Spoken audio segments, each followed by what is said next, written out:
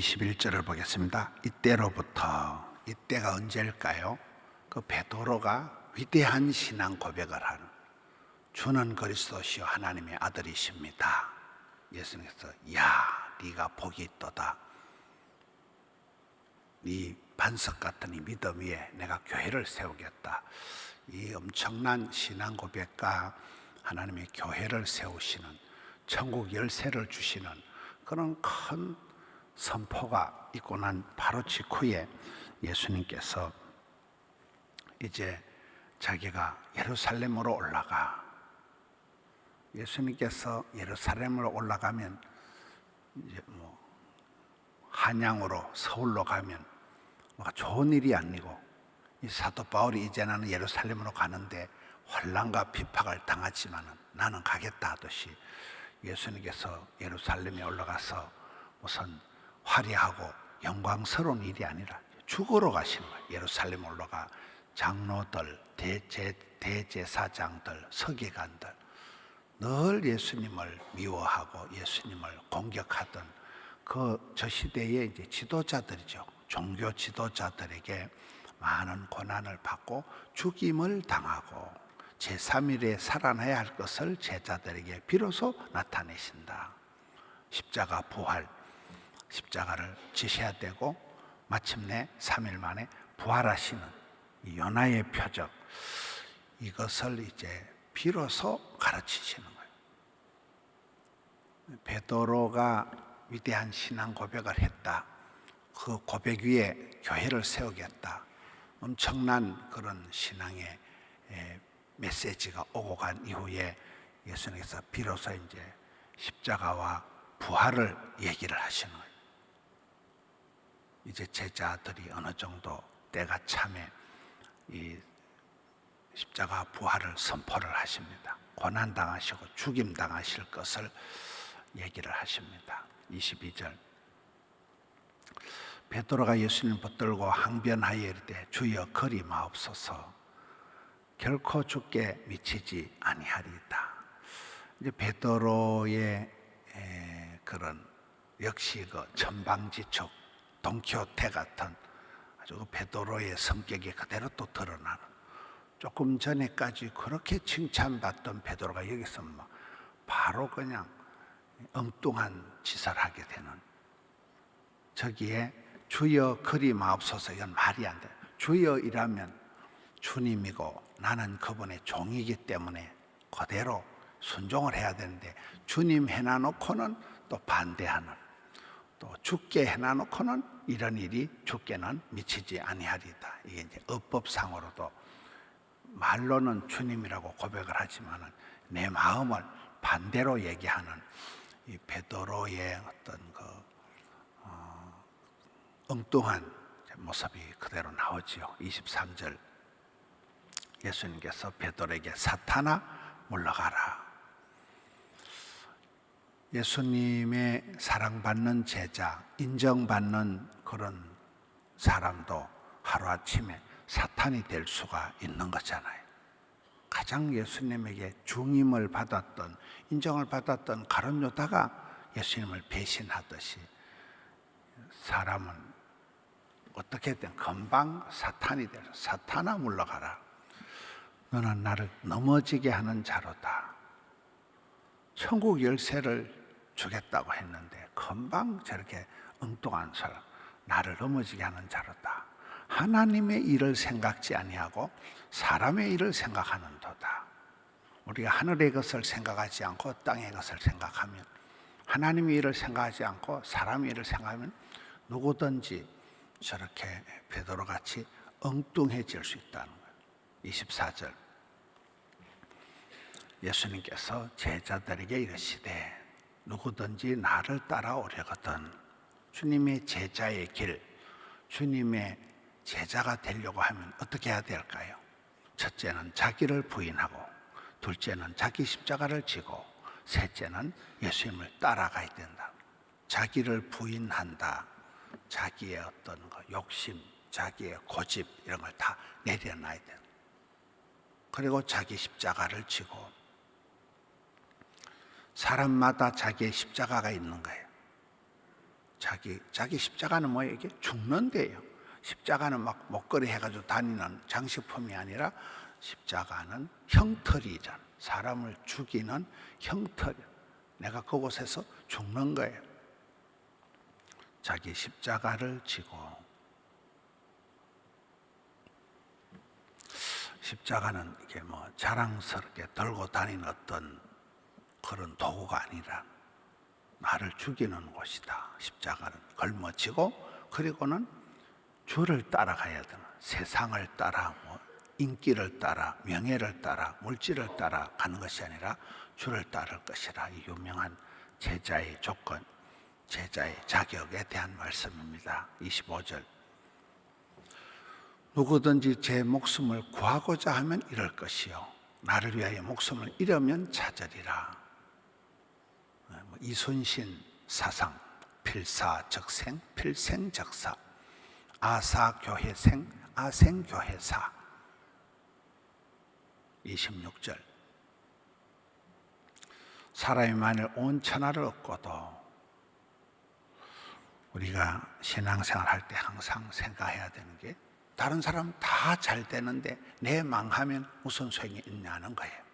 다른 사람은 다 잘 되는데, 아니 사람이 온 천하를 얻고도 지 목숨을 잃어버리면 무슨 소용이 있겠느냐, 무슨 유익이 있겠느냐.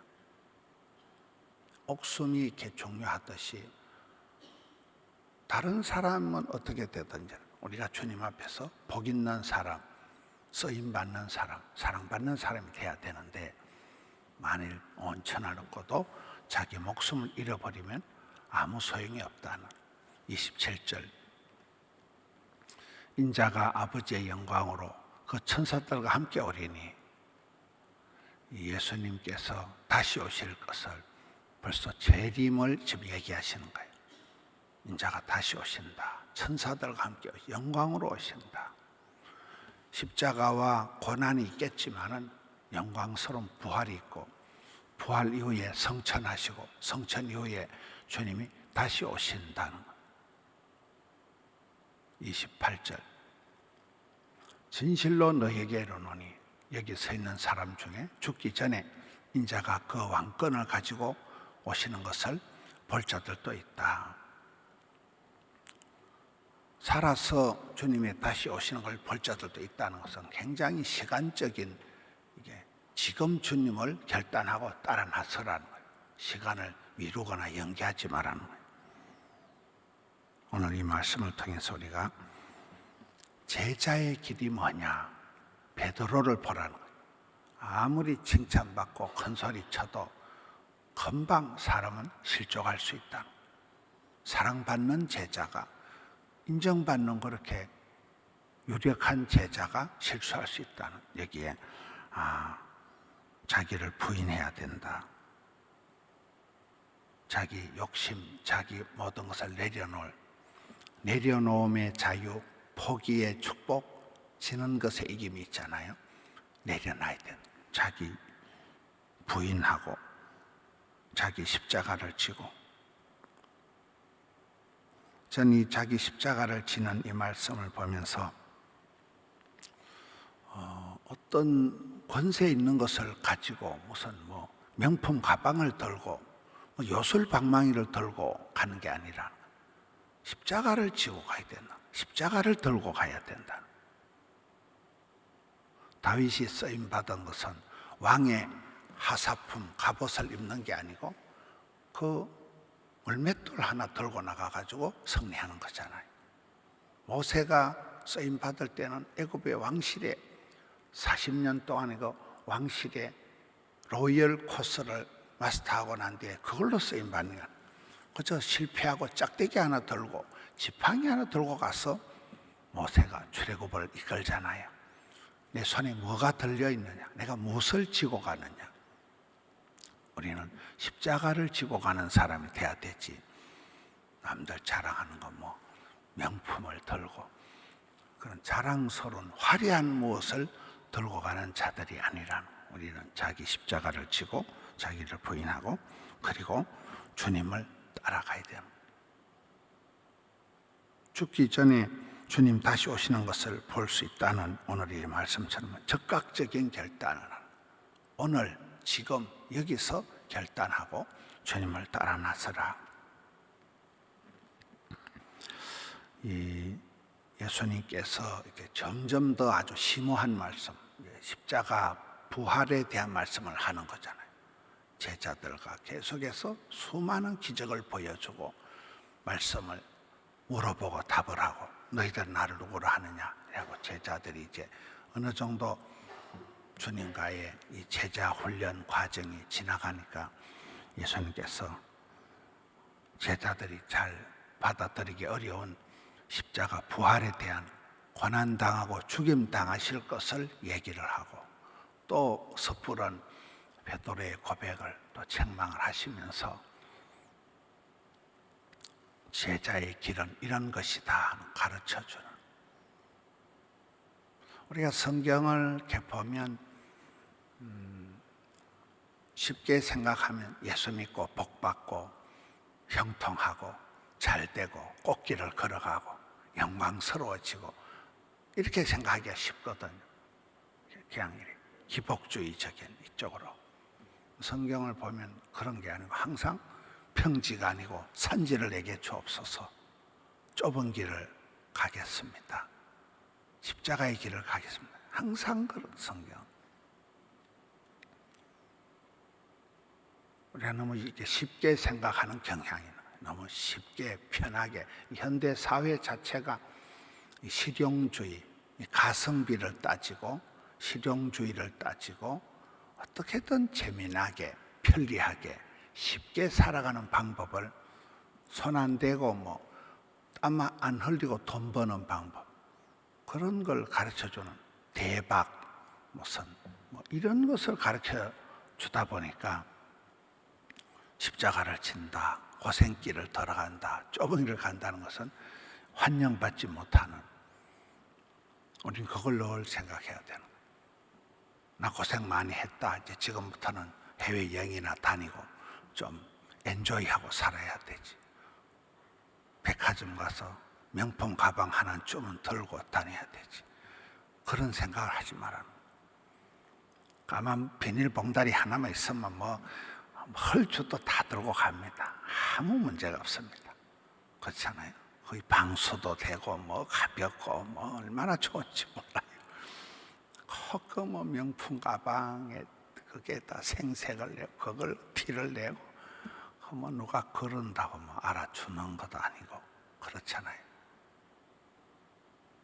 내 손에 뭘 들고 있느냐, 명품 가방을 들으면 가오가 서는가, 내가 박사 학위를 들고 나가면 내가 인정을 받는가, 아니라는 거예요. 철저히 자기를 부인하고 자기 욕심을 자기 그걸 내려놓고, 그리고 자기만의 십자가가 다 있다는 거예요. 그거는 지고 가야 되는 거지. 명품 가방 흔들고 가는 게 아니라 십자가를 지고 걸머지고, 그리고 주만 따라가야 돼요. 주만 따라가. 세상의 어떤 인기를 따라, 돈을 따라, 명예를 따라가지 마라. 주만 따라가는, 이것이 제자의 길이다.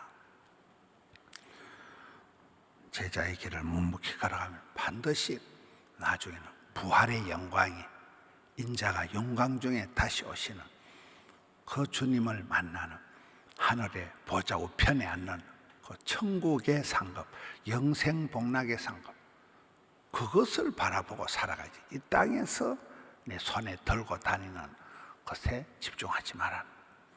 오늘 예수님의 이제 복음에 대한, 십자가 부활에 대한, 왜 예수님이 죽임을 당하셔야 되는가에 대한 이 복음의 이제 핵심에 대해서 들어가는 어려운 말씀을 베드로를 책망을 해가면서, 금방 칭찬 들었던 베드로를 금방 사탄아 물러가라 하면서 베드로가 정신이 번쩍 들게 하는, 오늘 우리도 내가 걸어가는 이 길이 어떤 길인가, 나는 십자가의 길을 걸어가고 주께서는 그게 시온의 대로가 되게 하고 그게 성도의 길이더라고요. 항상 나는 겸손하게 우직하게 주의 길을 충성스럽게 걸어가면 하나님께서는 반드시 나와 함께 하시는, 반드시 복이 되게 하시는 그 길을, 십자가의 길을, 좁은 길을 오늘도 잘 감당하시는 우리 성도님들 되시기를 축원합니다. 하나님 아버지 은혜와 사랑을 감사합니다. 이제 입춘이 지나고 경칩도 지나고 봄날이 되어갑니다. 사랑과 행복의 초대를 통하여 나도 새 생명을 잉태하고 새 생명을 작정하고 새 생명을 전도할 수 있는 해산의 수고를 산통을 치를 수 있는 은혜를 베풀어 주시옵소서. 대한민국을 위하여 기도할 때 그 구국 기도를 들으시고 받으시고 우리나라 하나님이 보호하사 우리나라 만세 만들어 주시옵소서. 혼란을 뚫고 비가 오고 난 뒤에 땅이 굳어지듯이 이 모든 어려움을 지나고 난 뒤에 하나님 나라가 우뚝 서게 하여 주시옵소서. 사랑하는 성도님들의 가정의 일상의 십자가를 지고 오늘 또 묵묵히 주를 따라가는 주의 제자들 삼아 주시옵소서. 이 길 끝에서 주의 영광 보게 하여 주시옵소서.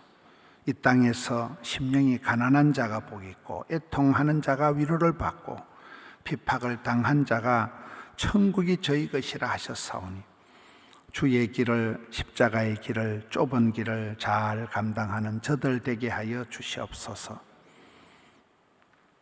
사랑하는 성도님들의 일상을, 가정을, 생업을 일일이 하감하여 주시옵소서.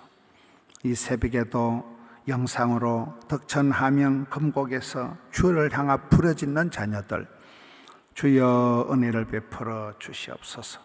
주의 길을 잘 감당케 하여 주시옵소서. 오늘 또 올려드린 정성을 받아 주옵시고 소원의 항구로 인도하여 주시옵소서. 우리 구주 예수님 이름으로 기도하옵나이다. 아멘.